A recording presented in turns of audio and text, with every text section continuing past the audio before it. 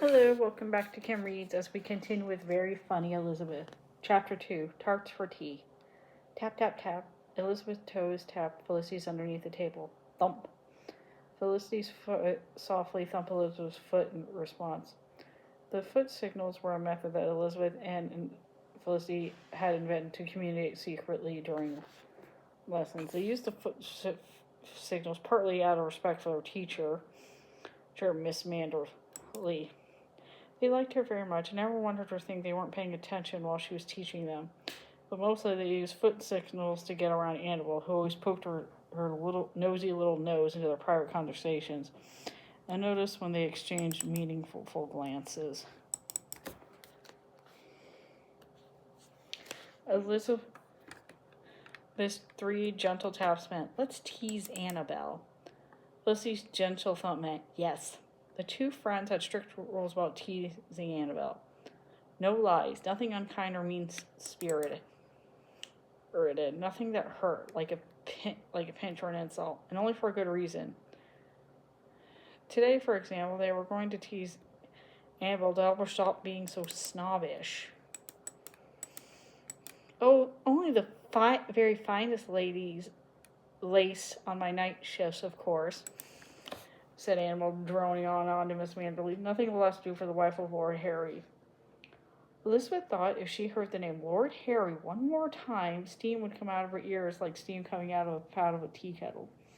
All morning, Annabelle would rattle on about marrying Lord Harry, the grand party to be held that she announced that she was going to marry Lord Harry, all the frippery and finery she would surely need because she was going to marry Lord Harry, and how important and grand a lady she would be after she did marry Lord Harry. Not even the fragment mint tea had been poured. Annabelle was turning away from the table, showing Miss Manderley a piece of the snowy white linen that her wedding night shifts and other new clothes were made of. For goodness sake. On and on and on Annabelle talked. Let the teasing begin, thought Elizabeth. Elizabeth saw Felicity slip a tart into Annabelle's plate, and then another, and then another, and another, one tart on top of the other. Felicity hid another tart in the folds of Annabelle's napkins.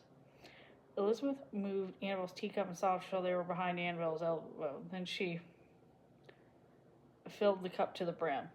"Finally," Miss Manderley said. "Annabelle, my dear, let us turn and drink our tea now, before it grows cold." As Annabelle turned to take her tea, her elbow knocked over, fell into the teacup, and toppled over the teetery tower of tarts on a plate so they tumbled on the tea table. "Oh, dear me," said Annabelle. When she picked up her napkin to mop the tea, a tart fell out and popped against her lap. "Oh, dear me," said Annabelle, lifting the tart from her lap at the fingertips. "Look at this mess." Elizabeth and Felicity hid their smiles inside their teacups and innocently drank their tea. So Felicity's back to drinking tea now? Okay. Elizabeth thought she detected a twinkle in Miss Manderley's eye when the teacher chided Annabelle gently, saying, "It is not good manners to put quite so many tarts onto one's plate, Annabelle." How did Miss Manderley not see Elizabeth and Felicity doing that? "But I didn't," protested Annabelle. "'Twas those two." She glared at Elizabeth and Felicity and opened her mouth as she was about to speak angrily at them. Then she put her nose in the air and said in a very superior voice, "The wife of the Lord Harry must be well-mannered at all times." "Yes, indeed," said Miss Manderley. She stood. "I will go and ask the maids to fetch more tarts." The minute Miss Manderley left, Annabelle gave Elizabeth and Felicity a condescending look. "You two are jealous," she said. "Not at all," Elizabeth said. "We think it's suspicious that Miss Lacey has had to come all the way to Virginia to find a wife for her brother. There must be a reason why no young lady in England will marry Lord Harry." "That's right," said Felicity. "We never met any silly lord we never met. He must be terrible. He may be dull and boring or gloomy." "Yes," joked Elizabeth. "Lord Harry may not be very merry, and who knows what he looks like. Lord Harry may be scary or very, very hairy." Elizabeth and Felicity snickered. Annabelle ignored the joke. "I am sure Lord Harry is a perfect gentleman," she said. "After all, he is a lord which means he is a nobleman. Being a nobleman doesn't mean he's a noble person, said Elizabeth. Having a title like Lord or Lady may be important in England, but I think I've noticed here in the colonies people think for themselves and they respect people for what they do. Here people are considered noble if they act nobly. Annabelle flickered her fingers as if Annabelle's idea was no more than a pesky fly. You're just parroting Felicity, your patriot friend. She's not. Perhaps, said Elizabeth. Like the way it is here, when people are independent and can work here and make their lives better. People prove their worthiness. Their respect they earn has nothing to do with their names. I pray you will not spout not such nonsense about independence and lack of nobility in front of Lord Harry and Miss Priscilla, said Annabelle. I'd be shocked to see we'd have a little patriot in our family. Besides, Bitsy, you're just too young to understand. You'll feel differently when you're older. Indeed, both of you two uncivilized brats will feel differently as soon as I am married. And you see the respect my new position brings me. No, Elizabeth began heatedly. We, young ladies, said Miss Manderley from the doorway. That will do. Annabelle, said Miss Manderley, I think you know better than to refer to your sister and her friend as uncivilized brats. Annabelle flushed, but she began. Miss Manderley came to the table and put her hand on top of Annabelle to stop her from talking. It became apparent that Miss Manderley had overheard a great deal of the girls' argument. She turned to Felicity and Elizabeth and said, Annabelle is quite right. Her intended Lord Lacy is a nobleman, and as such he is a very desirable husband. Annabelle is fortunate to have the offer of marriage from him. If he is a good and decent man, every young lady must envy her that good fortune. Do you understand, young ladies? Yes, ma'am, said Elizabeth and Felicity together. Then Miss Manderley spoke to Annabelle in a serious voice. Marriage is a choice, Annabelle, Miss Manderley said. It is not the only road to happiness for a woman, or the easiest road either. Especially here in the colony, it is possible for a woman to stand on her own 2 feet and make an independent life for herself that is full and satisfying as I have. As a nobleman's wife, you will not have that independence. There will be many strict rules of behavior and etiquette you will be expected to follow.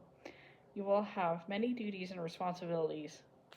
Annabelle began to look solemn, but she perked up when Miss Manderley said, However, you will be entitled to that privilege, respect, and admiration according to those ladies in the very high ranks of society, if you handle your position as the wife of Lord Harry well. Annabelle tossed her head, squared her shoulders, and smirked. She looked pleased at the way Miss Manderley made it sound like she had won a great and rare prize in Lord Harry. Neither Felicity nor Elizabeth said a word, but under the table their feet banged into one another. Clonk. That was their secret foot signal that meant, Annabelle is so annoying.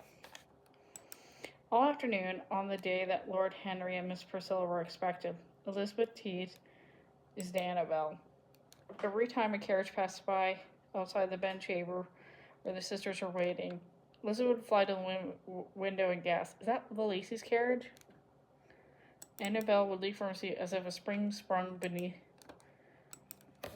her, yank out the rags that were curling her side curls, and fly downstairs to the entrance hall in order to be in the place where the front door opened.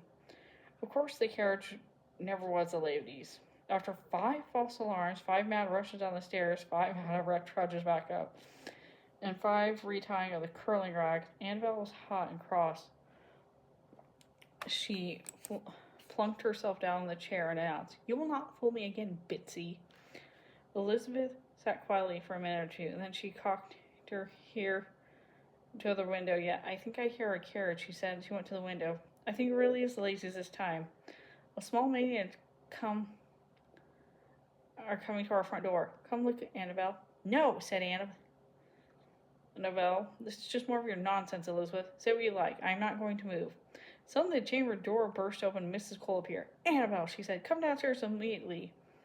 The Lacys have arrived. Make haste, my child. You too, Elizabeth, my love. Annabelle shot up out of her chair with a howl and stumbled over her own feet in her hurry to follow her mother out the door, down the stairs in the entrance hall. She yanked the curling rods from her hair as she ran. Elizabeth was close behind Annabelle. She did not want to miss a moment.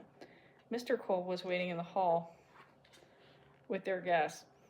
Elizabeth saw that Miss Priscilla Lacey was tiny and wore her hair in very tight wound curls that quivered constantly as if they were indignant. She had a very sharp, pointed nose and very sharp brown eyes. Lord Harry Lacey, by contrast, was a young giant. He had long arms, big hands, and a big, beaky nose. His eyebrows were as thick as caterpillars, and they were raised up, which made him look surprised and a bit confused as to where he was and why he was here. Mr. Cole made polite introductions. Lord Harry, Miss Lacey, said, "Permit me to introduce my wife, Mrs. Cole, and my daughters, Annabelle and Elizabeth." "Welcome," said Mrs. Cole graciously. All the ladies curtsied, and Mr. Cole bowed.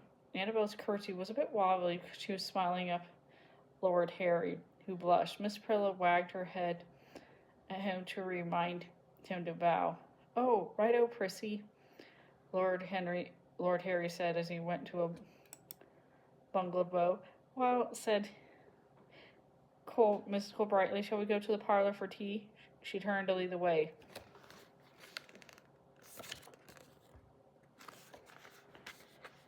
Lord Harry boomed. "Righto," with so much enthusiasm Mrs. Prilla went. He galloped into the parlor eagerly.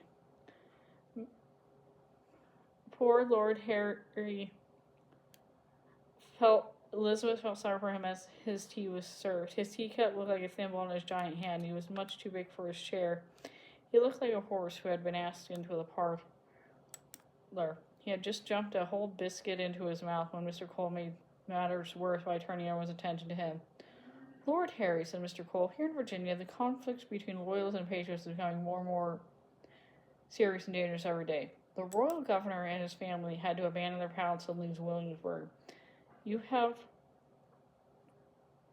just come from New York. What do you think of the situation there?" At the word "think," Lord Harry's eyebrows shot up in alarm and he looked nervously at his sister. Elizabeth could see Lord Harry was uncomfortable being asked what he thought. She guessed that he was used to being told by his sister what he thought. And indeed, while Lord Harry was munching, Miss Priscilla spoke for him. "Dreadful," said Miss Priscilla crisply. "Righto, Prissy," mumbled Lord Harry around the biscuits in his mouth. "Have another biscuit," Mrs. Cole said to him kindly. Then she and Mr. Cole took pity on Lord Harry and began a lively conversation that did not require any participation from him. Miss Priscilla turned to Annabelle, who was seated next to her, and took hold both of her hands. "You're an enchanting child indeed, Arabelle," Miss Priscilla said. "Harry's fortunate indeed." Annabelle sneaked a peek at Lord Harry and glowed. She was too pleased to correct Miss Priscilla's mispronunciation of her name. "I'll take you under my wing," said Mrs. Priscilla went on to Annabelle. "After all, you're my future sister-in-law. I'll teach you how lady and gentlemen will behave in the highest level of society so they won't be embarrassed when we're back in England." "How kind of you," gushed Annabelle, who did not understand she had just been insulted. Manners here in the colonies are so shockingly. She tilted her head toward Elizabeth's side. "Mama and I try to set a good example, and Bitsy and I do take lessons with a gentlewoman, but Bitsy has picked up some horribly rough manners from her colonial friend Felicity."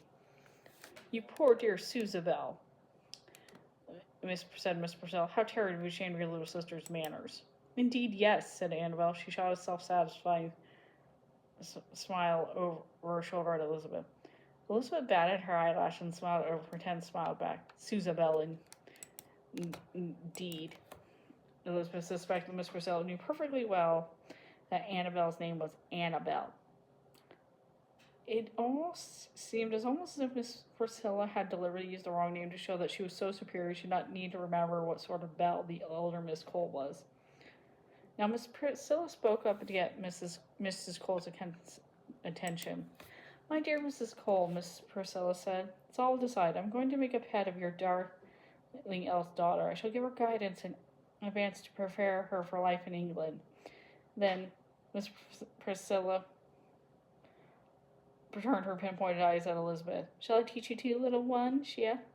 Everyone waited for Elizabeth to answer. At first, Elizabeth wanted to say, "No, thank you. I'm not the one who's going to be married." Poor harried Lord Harry moved to England. Thank goodness. Besides, my manners are just fine. But then Elizabeth had a thought. How could she know such a wonderful opportunity to annoy Annabelle, who surely did not want to share Miss Priscilla's attention with her? And so Elizabeth and Priscilla answered Miss Priscilla with enthusiasm. "Oh, yes, please," she said. "Do teach me along with Annabelle." Miss Priscilla beamed. "You see, Mrs. Cole, how enthusiastic the little one is," she said. "It is the wish of her heart to be instructed by me, along with her sister. May I have your permission to do so?" "Yes, indeed," said Mrs. Cole. "Thank you." "Yes, and thank you, Miss Priscilla," said Elizabeth. She was pleased to see Annabelle's smile slide down to a frown. Elizabeth held a plate out to Annabelle and said impishly, "Look, Annabelle, tarts for tea. Your favorites. Mind you don't take too many." And that's the end of that chapter. See you later.